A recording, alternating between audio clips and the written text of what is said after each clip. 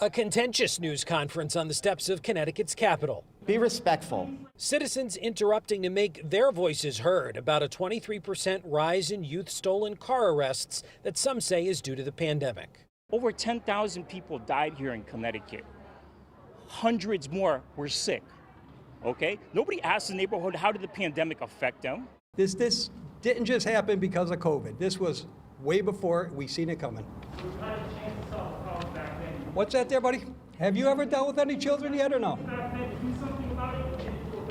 I can't hear you. Not all this lock everybody up. I can't hear what you're saying. Listen to the people. Republican lawmakers are calling for legislative action. These individuals that are committing crimes have nowhere to go.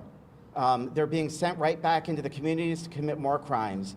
Community leaders sounding the alarm on what they say is a broken system. 10th, 11th, 12th, 13th time, something's got to give. While law enforcement says their hands are tied, not able to pursue stolen vehicles, the public is taking action into their own hands.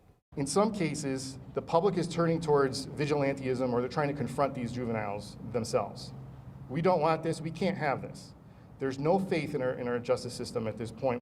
Connecticut's Juvenile Justice Alliance has long called for reforms, but they don't believe locking people up is the answer. Instead, in favor of funding community rehabilitation programs that can provide specifically tailored approaches. A lot of times that we advocate for alternatives, people misinterpret that as we don't want to hold young people accountable.